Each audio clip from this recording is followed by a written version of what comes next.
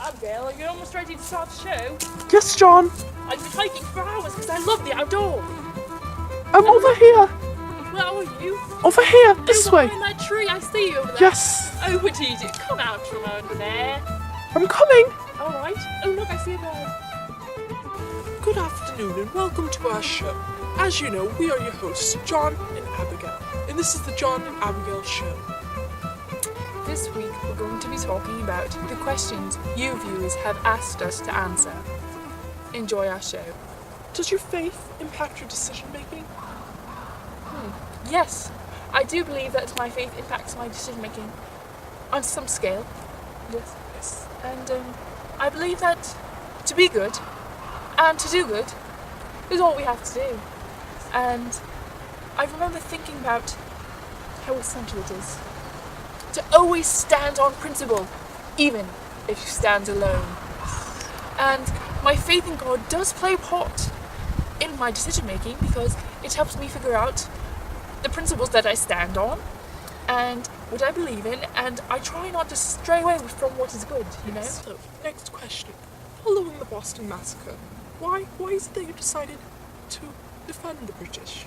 Oh, yes, I did defend the British. That he did. Yes, and, you know, by defending these men, I wanted to show the British king that the colonists were reasonable people. We're not terrible humans. We were willing to defend the British. Yes. We were. Everyone deserves their rights. Right. Next, while creating the Massachusetts Constitution, which is what you did, what components did you think were necessary for a good constitution so that it would be successful?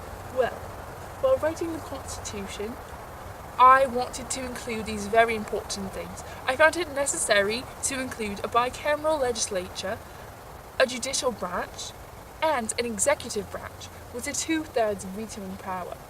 Those were all components I thought deemed necessary. Yes. And then, what caused you to stand up against the Stamp Act? I know at first you were very hesitant.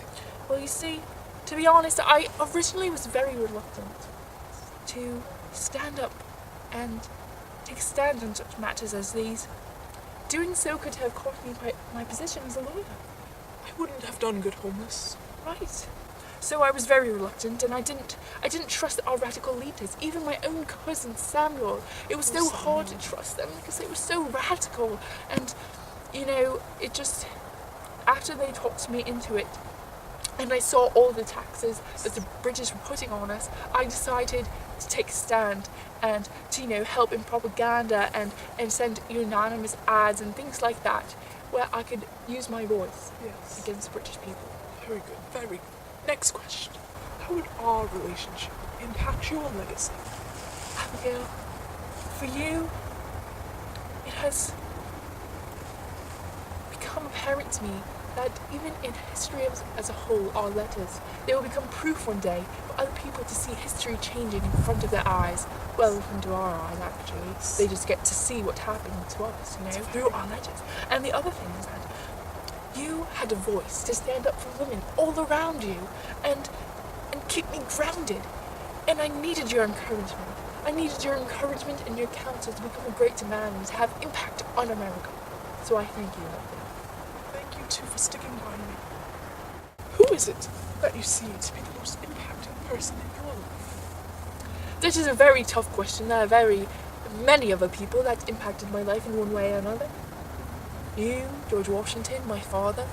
But I would say one of the biggest impactors on my life would be Thomas Jefferson. Oh, yes, Tom, such a good man. He was an amazing man. But you see, he was very, very important to me, and he was, you know, one of my correspondents. Yes. And he helped me and impacted my career. You see, we both share similar views when it comes to our faith, and he really helped me figure out what I believe in and what I don't, and we wrestled with it together. That's so important. And he was always a great encouragement. Next question. What advice would you give to America in the later years? Let's say 250 years from now. Well, listen up, everybody watching, all of you, listen to me what I have to say. You will never know how much it costs the present generation, our generation, to preserve your freedom.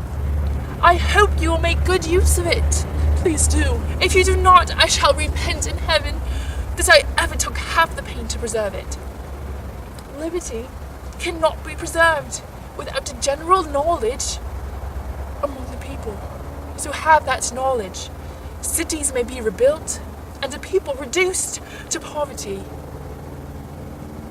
They may acquire fresh poverty. I mean, not Property. poverty. Thank you for helping me always, Abigail. You just continue to encourage me and give me counsel, and I Very appreciate welcome. that. As I was saying, people reduced to poverty may be gaining property.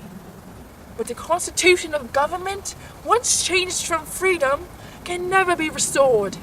Liberty, once lost, is lost forever. Keep that in mind. Yes. Well, I do believe that's all the questions we have for today. We are running low on time. Well, thank you for tuning in, and we hope to see you next week. We will be having our guest speaker, Thomas Jefferson. Yay! Thank you very much.